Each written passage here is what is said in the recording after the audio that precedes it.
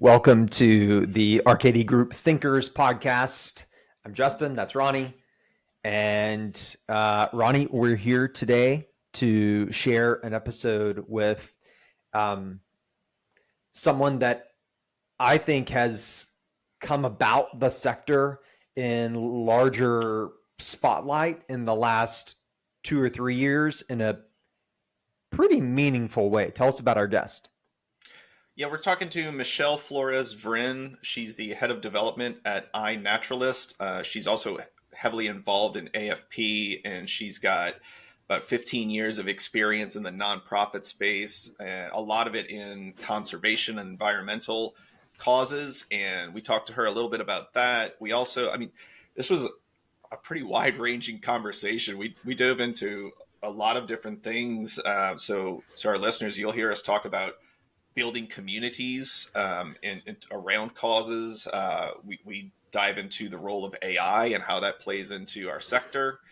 We talk about work-life balance. So, it was all over the place, but like in a good way. Yeah, the definitely in a good way. Here's my observation, Ronnie, is that the things that you just mentioned that are a part of this discussion, if you back up and think about them, they're also principles of conservation. And what I observe about Michelle that I think is super unique is that her interests and her work outside of iNaturalist are all in some ways efforts of conservation and health for the sector. And so that's something to take stock in and something that is deeply appreciated and fun to hear her unpack. And so, and pay attention in particular for our listeners, pay attention.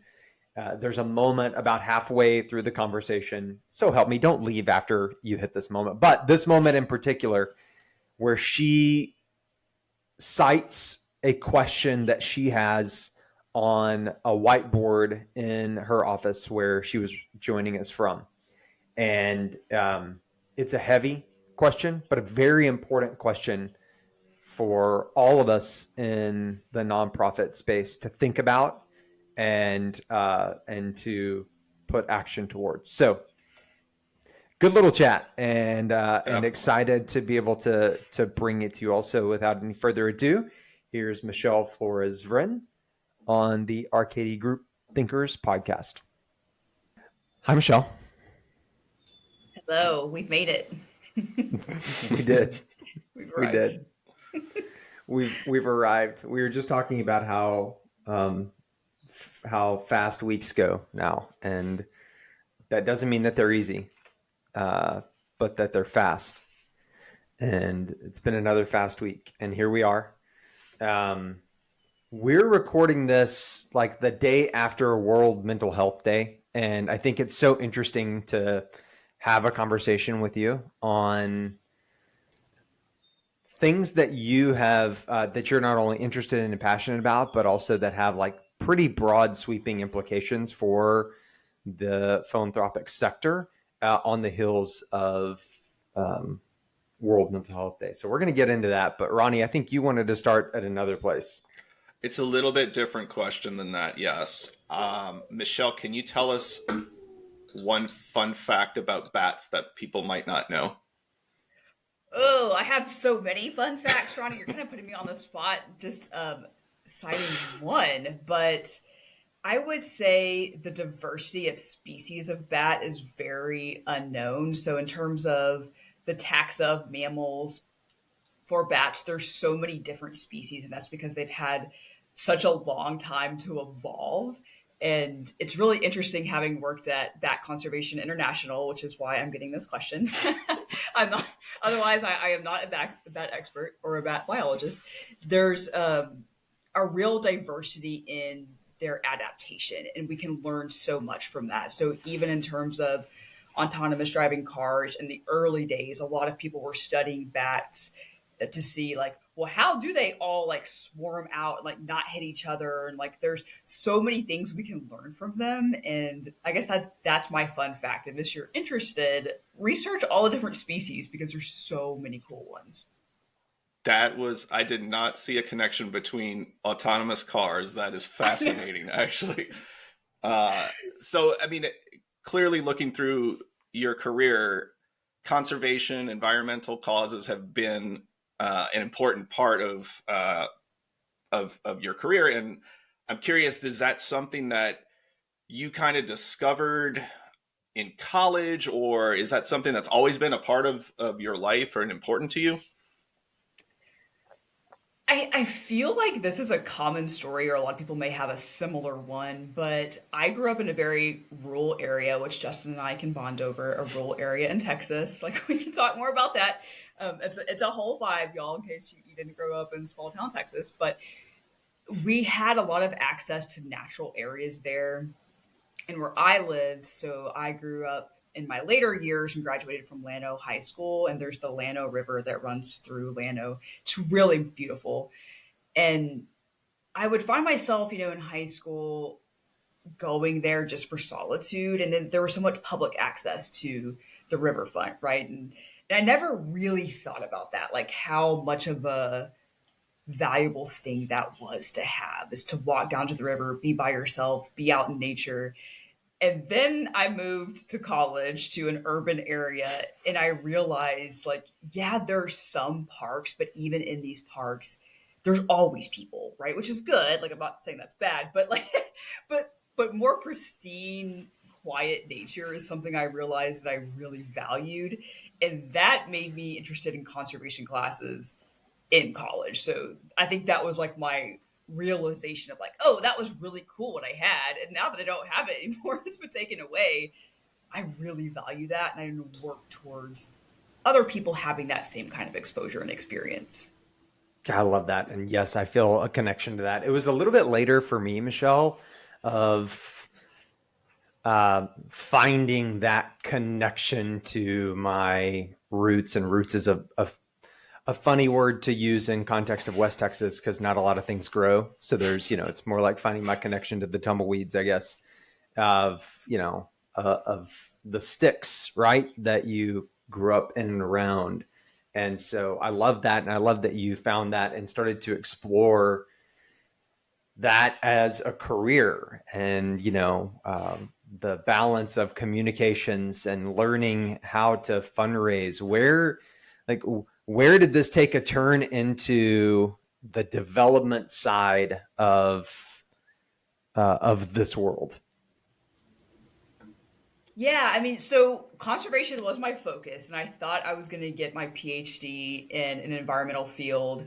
And I realized that academics aren't the ones making big moves in conservation, right? Like it's really interestingly, it's the nonprofits. And you can say this for various fields, right? Like human services or workforce development. Like nonprofits are on the leading edge of figuring out how to push these topics and initiatives forward, which, as an undergraduate, you don't necessarily make that connection immediately. But when I made that connection for conservation, I realized the people doing the coolest stuff are nonprofits, like the Nature Conservancy, World Wildlife Fund, all of the big ones, but also so many small ones. And I realized, like, okay, I probably shouldn't pursue academia if I'm really impact focused, but maybe I could do nonprofit stuff. And at the time, I was working at the university that I was going to in communications. And I was really kind of stolen by the advancement team saying, like, you should apply for fundraising. And I literally remember telling the woman who told me that, like, I don't think I'm qualified to do fundraising. And she said, no, no, no, like, you absolutely are. It's just really communications work. And I was like, oh, okay. And I realized she was so right. It's interpersonal communication, it's persuasive writing. You have to be good with people, you have to be good with strategy. And if you have a comms background, a lot of that you may already have, under your belt.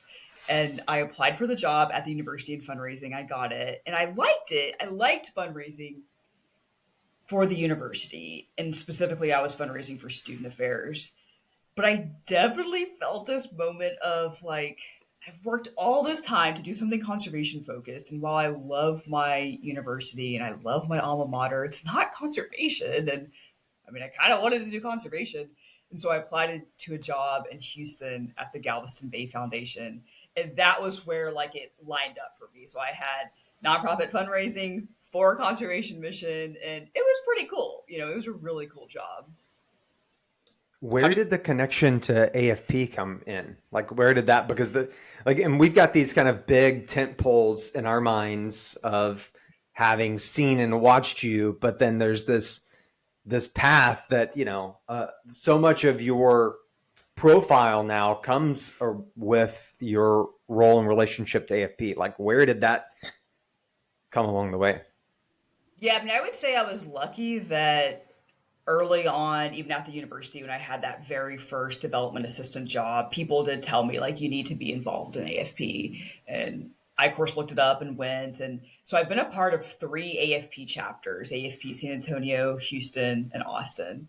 And it's interesting because they're all so different. I'm sure you know this, Justin, even just from being on the road so much. Like every chapter has their own personality and way of doing things. I feel like they very much have like profiles of people.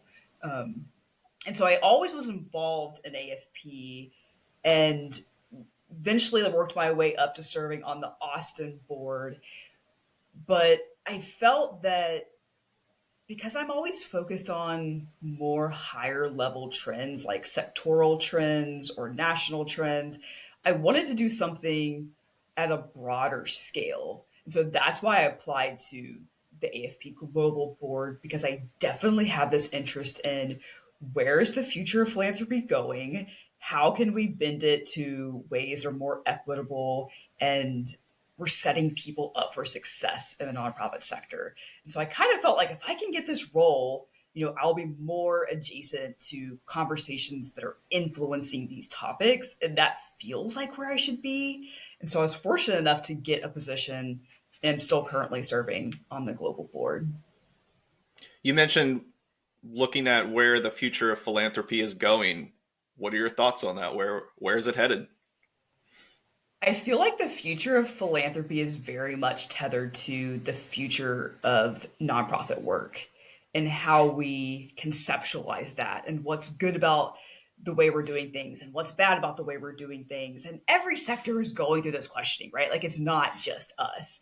But I do think that the way we best grapple with and answer those questions determines our fate. Like we are determining our future right now. Like how willing we are to lean into uncomfortable conversations and to say, just because we're doing things this way doesn't mean we shouldn't change. So I really truly feel like philanthropy and the nonprofit sector, like they're tethered, like they're intertwined. And that's why the fundraising conversations are so important, because every nonprofit has amazing ideas, but their fulfillment depends on your funding. Like we all know that, right? Like, are you getting attention? Are you not getting attention? Um, so funding is critical to the health of the sector.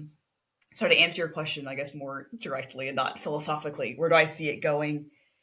I think we have to lean into what we've done wrong with the workplace containers and spaces that we've created in the nonprofit sector and how so much of it is unhealthy.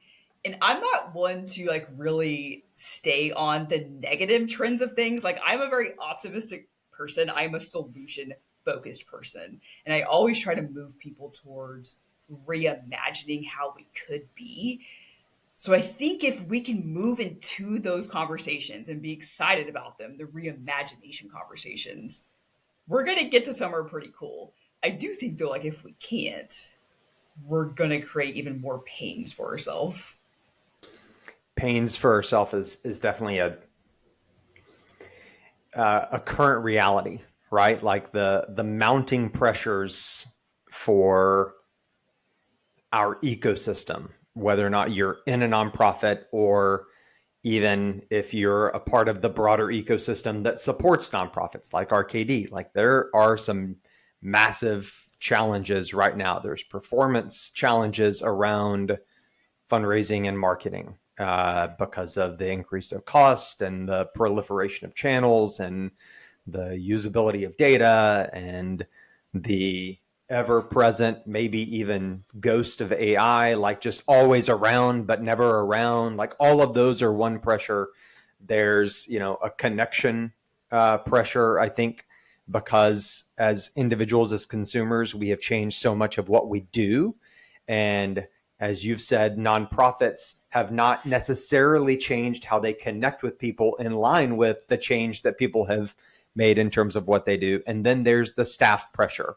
And this is something that you're particularly well versed on because of it's not quite a side hustle. It's somewhere between a side hustle and a passion project. So tell us about the staff crisis that we're in this current moment. Yeah, so this leads into nicely a lot of the research that I co-created with my very good friend Evan Wildstein, who's based in Houston, so another Texas person here. And we were really interested in looking at during the pandemic, just what was happening with turnover. What are people feeling? We even hosted conversations through an AFP chapter, just to give people a sense of like, you're not alone. Like, we're all burned out. We're stressed out. Like, we're here for each other, to create a sense of community. So we didn't just do the survey, but I feel like the survey, the social impact retention survey, is kind of like our flagship item that we produced from this time.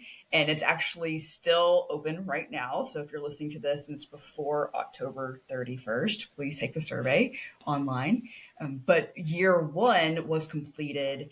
And what essentially we learned was we were doing high turnover in the nonprofit sector, but about 10 points higher than the average industry. So we were higher at the time than the average industry. So not great, not what we want to hear. But it was interesting to see a lot of themes in the report, and I can name some of them. One being people who were more established in the sector by years, so they had been working in the sector longer, were more likely to stay and to say like, okay, these conditions aren't great, but I'm not ready to leave yet.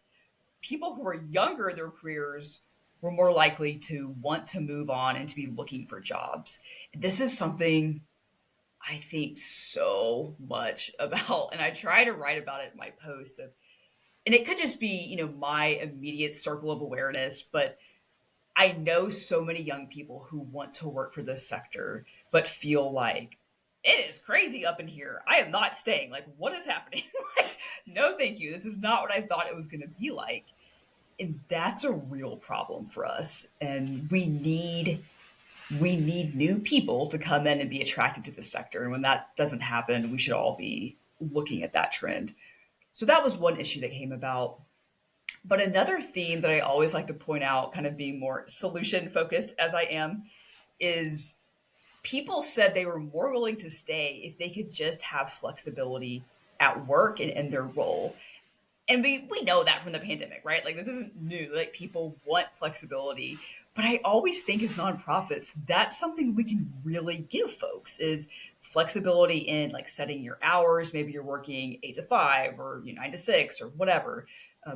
There's all kinds of flexibility we can give people. So I always like to underscore that as employers that are listening, have nonprofit teams, think about if you could always add any additional flexibility into the way your team is working, because we know that that will help people stay longer. One of the Go ahead, Justin. Go ahead, Ronnie. No, you go. I was just going to say it's such an interesting finding about the younger employees, and I'm wondering, is this something that's new to the sector, or is this always been a challenge? And if it's new, like what's different now that is causing young people to just like, because when people come in, they're excited, they want to make an impact, and they want to come into the sector and do something good. And then, like you said, it's like, whoa, this is not what I thought it was going to be. Yeah, I mean, I can speculate here, so that's why I'm on this podcast. So I don't have a lot of longitudinal research to back this up specifically for nonprofits, but we can say in a larger or a wider lens that we know generational expectations have changed. What my parents would have put up with at work is different than what I would put up with, and it's different from what other generations would put up with now. And I don't see that reversing. So I think we just need to come to terms with that to an extent, right? I mean, people should still work and contribute in a good, high way. But I think that's really what I see happening is the pay hasn't kept up with inflation. And so you're coming in at a lower price point because you're new and you don't have flexibility. The leadership can be lacking in many areas. And I think people are just thinking like they want to do good social change work, but maybe not at all the cost of the structures that we've created, like our generations and our parents' generations, right? They created these things. And I feel like younger people are just not willing to give up what past generations would have given up. And I mean, I personally, I don't know what you think, Ronnie or Justin, but that excites me. Like, I think it's good that they're pushing us to think different about our expectations. I think that there's, in particular, in the nonprofit sector, our tendency is to think about impact out in terms of achieving our mission and solving our problems. And we live with a tremendous amount of maybe imposter syndrome in comparison to commercial spaces because of those narratives that we hear about, keeping up with commercial marketing, et cetera, et cetera. And boards being made up largely of, or influenced by very successful commercial leaders. I think that all of that creates a recipe where we may not think about leadership development and a pipeline of leadership development for our younger employees as much as we think about impact outside of our organization. And so it creates a little bit of a recipe for those younger people, younger generations, newer to the sector, to come in full of gusto and then to not see their path to accelerate. Right. That's why I love like the work of folks like, like the nonprofit alliance that has Rising Leader Summit and that like has specific programming to develop that next generation. Um, I don't think as a leader, I don't think that you can fall into thinking about the next generation, those that come behind you. I think it has to be something intentional. And for better or worse, Ronnie, I think that some of what we're seeing is a lack of that previously, broadly speaking, across the sector. Yeah, I think that's an aspect, and probably like you mentioned, the boards and the upper leadership. There's probably an aspect as well of they see what's happening in the commercial. They want to do that. Maybe don't have as many resources available to do it, but still have an expectation. And so as you see that flow down to the younger, employees who are coming in, it's like do all these things, but with the limited resources you have. And then that's when you talk about getting overwhelmed. You talk about, too much on your plate and wearing all the different hats. This isn't what I signed up for, like Right. that sort of mentality. Exactly. Yeah.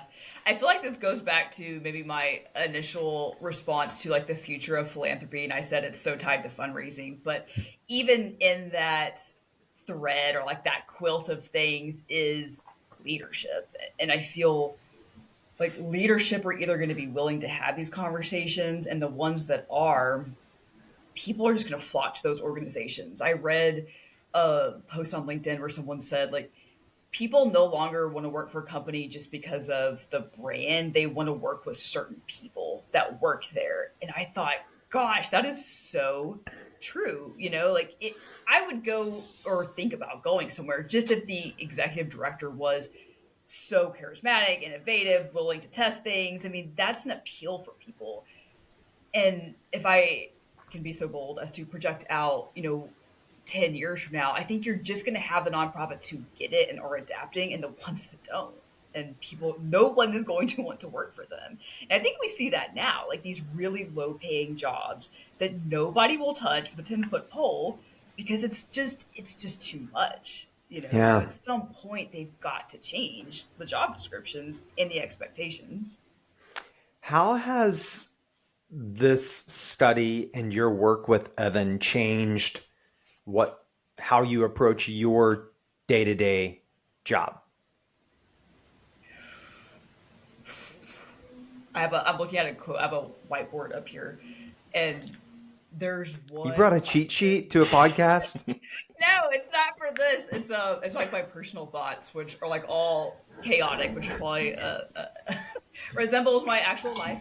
But this one question I always try to keep in mind and ask myself, and this is like a deep philosophical question, but definitely pertains to work, is how am I complicit in creating the conditions I say I don't want? Oh, I think about the study a lot, right? Like how expectations at team meetings, when I push back and don't push back, because I have now more positional power than I've ever had. And I'm happy for that. I've earned it, but I also think that comes with so much responsibility. And I already had that propensity of thinking before the survey, but now I feel like I'm really holding myself to it. And I'm glad that I'm doing that. It's also a lot of work though, because, even I think that this is like a similar thing of someone being a person of color. So my family's Mexican American. And, in like race based conversations, people of color always feel like I don't want to be the one to always bring stuff up, to always flag stuff, because it's just exhausting and you can't do it every mhm. time. You can only do it when you have like the stamina to do it. But this is a very similar feeling, I think. People with positional power, it's like you have to speak up when you can. And sometimes you're just not going to have it, right? Like it's just a long Thursday, you're tired, and you can't push back against the board chair or whoever. Um, but I think about that quote, like, how am I being complicit in creating conditions I say I don't want? And it's a hard filter to run things through, right? Like that's a tough one, but it is aspirational. I don't get it right all the time, but I think I get it right most of the time, which makes me feel good. I mean, I don't think anybody could get it right all of the time. I mean, if we've got to give ourselves grace, right? So I was just thinking an interesting intersection here in this, like what we're talking about, these challenges of resources and work and expectations. Here comes this magic pill, if you will, of AI, and there are ways that AI can streamline things and bring efficiencies, but there's also challenges with it and confusion. And how do you see AI coming in? Because AI is something you've recently gotten passionate about as well. Like, how do you fit that into this conversation? Ronnie, you're teeing me up so well, so thank you. Thank you for that. I appreciate you and your research. Much appreciated. So I have another study that I did with one of my dearest friends, Mina Doss, and it's an AI and equity study in the nonprofit sector. And you can read it. It's online. We'll drop the link in the show notes. But one of the biggest things around this study that Mina and I have said in conversations for like a year plus now is the questions about AI are actually not technology questions. They're human questions. Like, what kinds of work should we be doing? Should we be applying our creative abilities and limited life force to? And what things can be automated? But to truly answer these questions, you have to do deep philosophical thought on who is it we want to become? Where are we wasting our time? How does this augment our mission delivery? And my fear is, and this is why we did this study, people aren't going to know how to settle into those questions. And it's tough. I mean, you can already tell from the question I cited earlier, I'm a very deep reflector. And these kinds of existential questions come easier to me, and I've been doing it for many, many years. But I don't think that's the case for everyone. And when we're already so busy and so strapped for time, it's so behind, we want to make sure with our AI and data equity study that we're making it easier for people to really sit down, get around the table, even if it's a virtual Zoom table, and ask how do we want to use our creativity? Where is it best placed? And where are we just wasting time, right? Like, we don't need to take notes in meetings. Like, I had a conversation with another organization to where the assistant to the CEO, like, she was still taking meeting notes in all of the committee board meetings. And I'm like, we can't let her do that anymore. She can do so many other things. Like, and it's interesting because in those conversations, people will say, we don't want to hurt her feelings, and she's done it for so many years. And I'm like, we're just not prepared to have these conversations, because I'm not saying that there's not anything she can do of value. I'm saying we're not leveraging her value to the highest way in what we're currently doing. So let's like really sit on that, think about it. And that is like a micro example of, I think, the larger questions we need to be comfortable with swimming in. And I hope that happens through this study, because we have resources attached to it, which are free and open to everyone. And you're presenting on it next year at AFP Icon, and that's super exciting. Hopefully we're not presenting at the same time as we're presenting with Giving Tuesday on the collaboration that we're doing with them. So if we're like across the hall from each other, then, I don't know, we're going to have to figure that out. Michelle, it's interesting that you would reflect on that question, and even through this conversation, feeling some of that reflective nature that you referenced. Evan and I bonded at some point last year over even the use of the word ponder. And he's a big fan of pondering. I'm a big fan of both the word and the act, and as are you. And I think it's good to have time and space to ponder and to think deeply on things. That is a habit that I learned from a leader that was very intentional with me.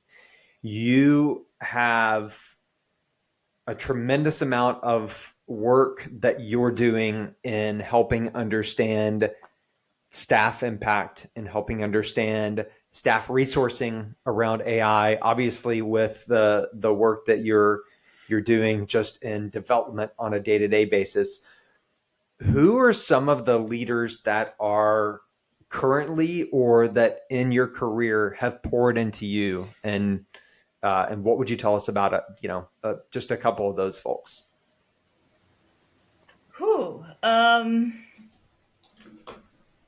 That's an interesting question for me, I feel like, because if I'm being very honest, I think that in my younger years, and maybe, even somewhat recently, I think I looked for a lot of people to look up to and to be inspired by. I've definitely had a few. I would say I've learned more from people doing it wrong, probably, than people doing it right. And again, like, I'm a very positive person, so I'm not not trying to bring the negative Nancy vibe here, but I recently said this on a LinkedIn comment, but we had one leader at an organization that when they would announce, they weren't coming in that day for work, you could visibly feel and hear people's sigh of relief. They were just like, oh, thank God, like, they're not going to be here today. And not even in a joking manner. I mean, that's how they really felt. And I always, like, that's one example of me picking up and then always feeling like, I hope I never create that kind of response with people who work with me. And I learned that lesson from seeing how people have done it wrong. So it's a weird way to say that's inspiring, but for me, I don't know, like, it is, I'm like a master of reframing, which is a very healthy habit. So those kinds of things have always, I think, inspired me and like built me into something that I think I was always looking for. Mm. And maybe I found bits and pieces of it, but I always try to mentor people now, which is a very important thing to me, especially young fundraisers of color, because I want them to see, like, I want them to have that, to have people Hmm. who, will say, like, take care of yourself and ask for help in this way. And I think I really, just being honest, didn't have that for a long time. But I will share on this note that the best CEO I ever worked with was also the youngest CEO. He was in his early 30s. And I always like to say that because, leaders come in all sizes and shapes and ages. And he, I think, always believed in me and he always listened to me. And I remember like one time he said, I'm so happy that you're here. And that was like the best compliment a leader had ever given me because I felt it and like I knew he meant it. And yeah, I mean, I think people believing in your capability is like the largest, most beautiful gift anyone can bestow upon you. It's a great way to think about it. Ronnie has heard me say often that, you know, as a leader, as a manager, um, you're likely going to be a topic at the dinner table of those that you manage, and it's going to be for good or bad. But you're going to be a part of what comes up at the dinner table. So true. And so, Michelle, we so appreciate you hanging out with us today and sharing some of your stories, some of your journey, and giving us a peek into um, the way that you're helping shape and reframe multiple dimensions of the sector. And so we applaud that work and are excited to see it continue. Thank you for the space. This was a lovely conversation.